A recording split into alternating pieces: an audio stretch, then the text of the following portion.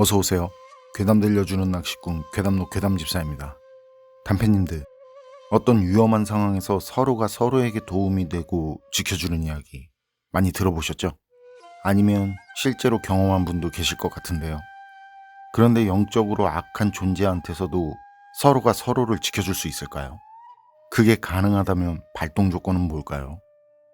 이번 이야기는 일본 괴담 채널에 올라온 기묘한 이야기입니다. 그럼 일본인 사연자의 기묘한 경험담, 괴담집사의 시점으로 떨어보겠습니다.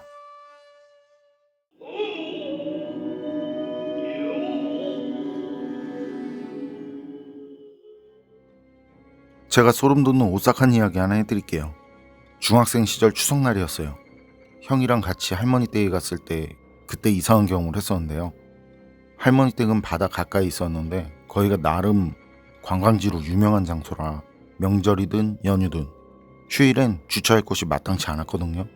그리고 할머니 댁에도 주차할 공간이 없고, 그래서 형은 할머니 댁에서 거리가 좀 있는 해변 쪽에 간신히 주차를 하게 됐어요.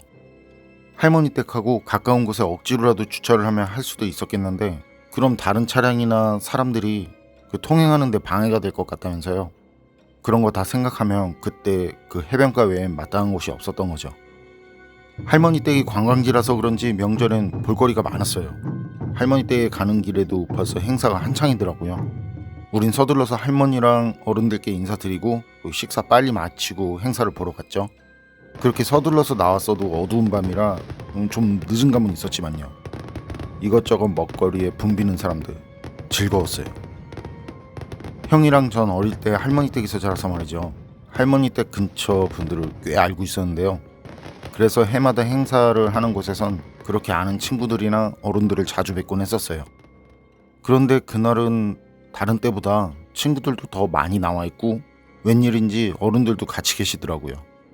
야마다랑 야마다 할아버지, 다나카랑 다나카 아버지, 유키코랑 유키코 동생, 그리고 유키코 부모님들 모두 반가운 사람들이었죠. 그래서 전 친구들 이름 부르면서 신나게 달려가서 인사를 하려는데 다들 제가 부르는 소리를 듣지 못했는지 그냥 가게랑 가게 사이 골목으로 들어가는 거예요. 하기야 그땐 명절 행사라 사람도 많고 관광객도 많고 엄청 시끄러웠거든요. 듣지 못하는 게 당연한 거죠. 그리고 어차피 다들 할머니 댁 바로 옆에 사니까 그래서 생각난 김에 내일 봐야겠다 하고 전 다시 형이 있는 곳으로 갔는데요. 형이 어디를 그렇게 급하게 달려간 거냐면서 웃더라고요. 그래서 있었던 일을 얘기했죠. 형이랑 전 나이 차이도 많고 특히 어린 시절에는 아빠가 없던 제겐 아빠랑 다름없었어요. 늘 다정다감하게 대해주고 제가 늘 우선이고, 그때도 형은 다정하고 온화한 얼굴로 제 얘기를 듣더니 그럼 내일 만나러 가볼까? 하면서 행사 볼 거 다 보고 놀 만큼 놀고 할머니 댁에 들어가서 자는데 밖에서 누가 절 부르더라고요. 사토시, 사토시. 그런데 그게 야마다 목소리 같기도 하고 다나카 목소리 같기도 하고, 아니 가끔 유키코 목소리가 들리는 것 같기도 하고, 그래서 형이 잠에서 깰까봐 조용히 일어났죠. 그리고 마당 쪽으로 나가서 아주 작게 누구? 하고 절 부른 사람들을 찾았거든요. 그런데 몇 번을 불러도 대답이 없는 거예요. 아, 이상하다, 분명 불렀는데? 전 속으로 생각하면서 돌아서는데 또 사토시, 사토시 하고 부르는 소리가 들려요. 이번엔 소리가 들리자마자 확 돌아섰는데 야마다랑 다나카랑 유키코가 나란히 할머니 댁 담장 바로 바깥쪽에 얼굴만 내밀고 절 보고 있더라고요. 전 반갑기도 하고 그래서 막 달려갔는데 그때 친구들 얼굴이, 아니 머리만, 딸랑 머리만 담장 위에서 막 날아다니는 거예요. 그러더니 파란 불빛처럼 바뀌고, 그런데 그때 다급하게 절 부르는 형 목소리. 눈을 떠보니 전 담장 밑에 쓰러져 있었고요. 형은 그런 절 안고 있었어요. 그리고 절 부르는 형 목소리에 집안 어른들이 나오고 있었고요. 그때 형은 제 머리를 만지고 쓰다듬더니 절 품에 꼭 안아주더라고요. 얼마 전에 어머니마저 돌아가시고 힘들었나 보다 하면서. 그리고 전 형이랑 같이 방에 들어가서 다시 누웠고 조금 어수선한 소리에 깨어났는데 형이 집에 갈 준비를 하고 있더라고요. 급하게 일이 생겨서 가야 한다고. 일 마치고 바로 올 테니까 저보고 할머니 댁에 있으라고. 그런데 전 형하고 떨어지기 싫어서 말이죠. 그날 형하고 같이 간다고 했어요. 형은 그런 제게 이제 일 마치고 올라올 테니까 그때 다시 올라와서 친구들을 보자고 하는데 그냥 형하고 같이 가고 싶더라고요. 그리고 끝내 형하고 전 어른들께 인사하고 그냥 새벽이죠. 아직 어두운 새벽 인사하고 형이 차를 세워둔 해변가로 같이 걸어갔는데요. 그때까지도 달이 엄청 밝더라고요. 그렇게 밝은 달빛에 주변이 다 보이는데 그 달빛 아래엔 형하고 저만 단둘이. 근데 그때 갑자기 오른쪽 발목이 아파오더라고요. 어제 너무 뛰댕겼나? 이런 생각을 하면서 참고 걷는데 점점 더 아파오는 거예요.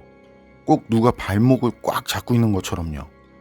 그런데 형이 그걸 눈치챘는지 아프냐고 어디 좀 보자고 하고 이렇게 보는데 형이랑 제가 봐도 겉으론 멀쩡하고 형이 엄살쟁이라고 놀리면서 업어주냐고 하고 아파도 좋았어요. 그런 형하고 있으니까. 그리고 형은 제 걸음에 맞춰서 천천히 걸어가다가 조용히 이런 말을 해요. 사토시 괴롭히는 게 있으면 형이 죽어서라도 가만 안 둘 거라고. 그러니까 사토시는 절대 아프지 말고 건강하라고. 근데 형이 그런 말을 하니까 기분 때문인지 실제로 기분도 째질 듯이 좋았지만요.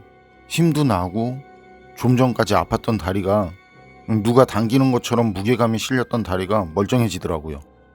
그런데 그때 형하고 그렇게 같이 달빛 아래 해변가를 걷는 게 좋아서 다리가 다시 편해져도 얘긴 하지 않았어요. 그리고 집으로 돌아와서 며칠 지났을 텐데요. 형이 할머니랑 통화를 하고 있었어요. 그러면서 저를 몇 번 쳐다보더라고요.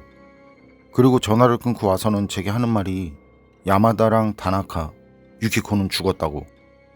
그런데 그게 형이랑 제가 할머니 댁에 가기 전에 죽었다고. 그때 형은 일부러 시간을 만들어서 다시 할머니 댁에 절 데리고 가려고 했었더라고요. 그때 제가 친구들을 만나지 못한 게 형도 아쉬웠는지 친구들을 만나게 해주려고 말이죠.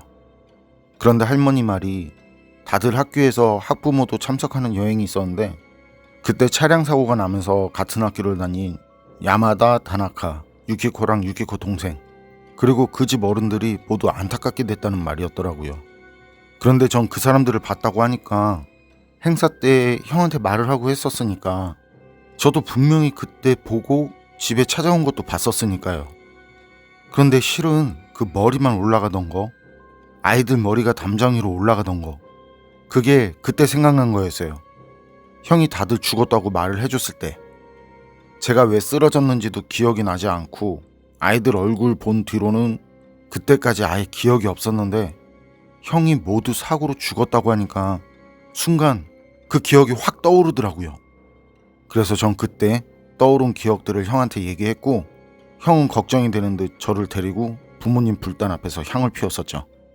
그리고 해변가에서 저랑 같이 걸을 때 했던 말을 하더라고요. 그 어떤 누구라도 어떤 존재라도 사토시에게 해코지하면 제가 죽어서도 가만두지 않겠어요. 부모님께 약속드린 것처럼요. 라고. 일본 인사인자의 이야기는 여기까지인데요. 정말 애틋한 형제애죠. 이렇게 서로를 아끼는 애틋한 마음이라면 귀신도 어떻게 하지 못할 것 같다는 거 그런 생각을 했었는데 사연으로도 있었네요. 그렇겠죠. 서로 아끼고 사랑하는 마음이라면 그 사이엔 악한 것들이 비비고 들어올 틈이 없겠죠. 서로에게 나쁜 마음을 갖는 것보단 좋은 마음을 갖고 대하는 게 더 보기에도 좋고 행복할 거고 그러기 위해선 자신이 먼저 상대를 아끼고 배려하고 사랑해줘야겠죠. 그렇다고 스토킹 이런 건 곤란하고. 여러분이라면 타인과 어떤 관계를 갖고 싶으세요? 판단은 여러분께 맡기겠습니다. 괴담록 오늘 이야기는 여기까지입니다. 그럼 전 다음에 또 다른 사연으로 찾아뵙겠습니다. 늘 건강하시고 평온하세요. 함께 해주셔서 고맙습니다.